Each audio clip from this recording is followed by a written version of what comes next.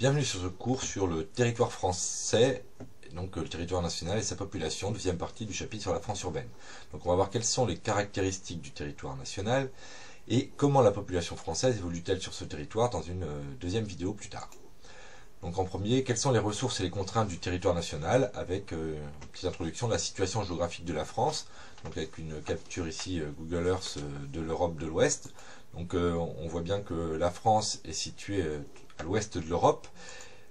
C'est un carrefour de l'ouest de l'Europe, puisqu'elle est située au milieu de plusieurs pays européens, donc la péninsule ibérique avec l'Espagne au sud, l'Italie, la Suisse, l'Allemagne à l'est, la Belgique, les Pays-Bas et le Royaume-Uni au nord. Donc la superficie du territoire français en métropole est de 550 000 km², ce qui le place à la 41e place mondiale. C'est ce qu'on appelle également un isthme en Europe, puisqu'elle est entourée, elle est sur deux côtés entourée d'océans et de mers, et elle relie la péninsule ibérique au reste de l'Europe. Donc le territoire national a la forme d'un hexagone avec des frontières terrestres avec 7 pays si on inclut le Royaume-Uni grâce au tunnel sous la Manche, et 3 façades maritimes. Donc le territoire français se situe également en Outre-mer, avec ici une vue de la Guadeloupe prise sur Google Earth.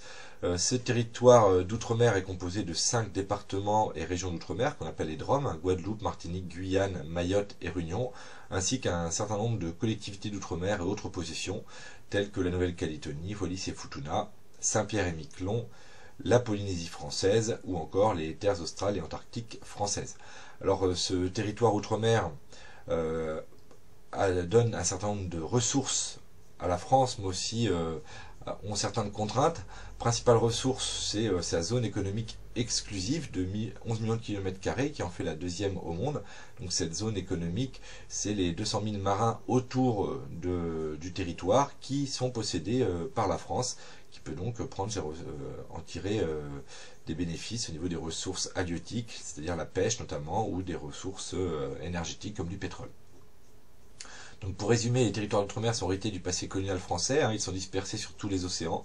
Il y a donc 5 DROM et un certain nombre de COM. Alors ces atouts pour la France sont une présence partout dans le monde, puisqu'on a des territoires sur tous les océans. La deuxième zone économique exclusive du monde.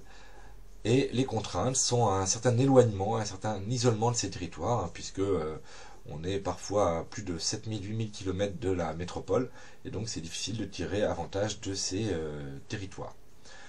Donc, deuxièmement, quelles sont les ressources et les contraintes du territoire métropolitain? Donc on voit ici sur cette carte du relief de l'Europe que la France, donc à l'ouest, possède un territoire qui ressemble finalement au reste de l'Europe, puisque le nord de la France est composé essentiellement de plaines comme le nord de l'Europe, et le sud, et dans le sud on retrouve essentiellement les montagnes comme dans le reste de l'Europe. Donc sur la carte du relief, il faut connaître un certain nombre de points importants. Donc les 5 massifs ou chaînes montagneuses: Pyrénées, Massif central, Alpes, Jura et Vosges. On note bien la présence donc du bassin parisien et du bassin aquitain qui font des grandes plaines à l'ouest. Sont présents aussi 5 fleuves: la Garonne, le Rhône, la Loire, la Seine et enfin le Rhin qui sert de frontière avec l'Allemagne. Donc ça peut être complété utilement sur cette carte. Donc quels sont les climats qu'on trouve en France et en Europe? On voit que le climat français reprend une bonne partie des climats européens, puisqu'on trouve le climat océanique à l'ouest de la France comme à l'ouest de l'Europe, le climat méditerranéen dans le sud comme dans le reste de l'Europe, le climat semi-continental à l'est du pays comme en Europe centrale, et on retrouve également un climat montagnard avec les Pyrénées et les Alpes. On trouve bien entendu pas le climat polaire en France.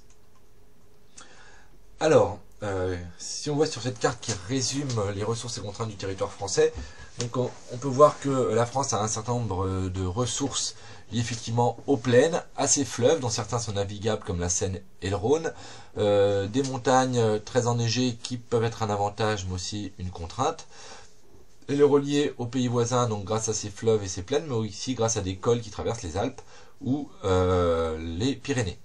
Alors quels sont les risques sur ce territoire? Alors les risques sont liés plutôt aux montagnes, avec des risques notamment d'avalanche, Il y a peu de zones sismiques importantes en France. Par contre, il y a des risques liés aux inondations sur la plupart des grandes rivières et des grands fleuves français.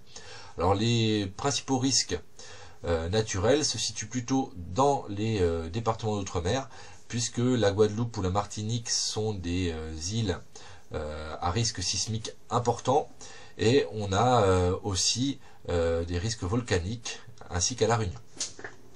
Donc pour résumer, les ressources naturelles du territoire sont des grandes plaines et des climats variés favorables à l'agriculture, une variété du paysage et du climat qui sont favorables, elles, au tourisme, et des fleuves qui sont des couloirs de communication.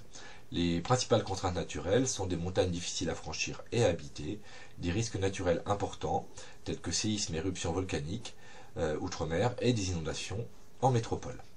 Enfin, pour terminer, une étude de cas très rapide sur la montagne. En effet, la montagne est-elle une contrainte ou une ressource?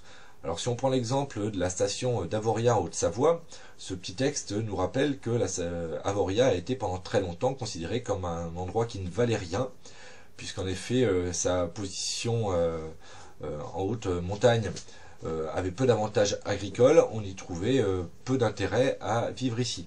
Or, Avoria est devenue une des stations de ski les plus courues et les plus riches de France.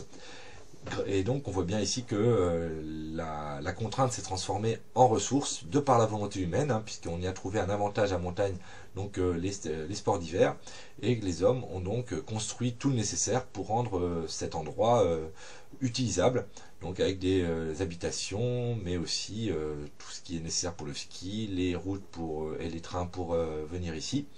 Donc ce qui était une contrainte est devenu une ressource importante.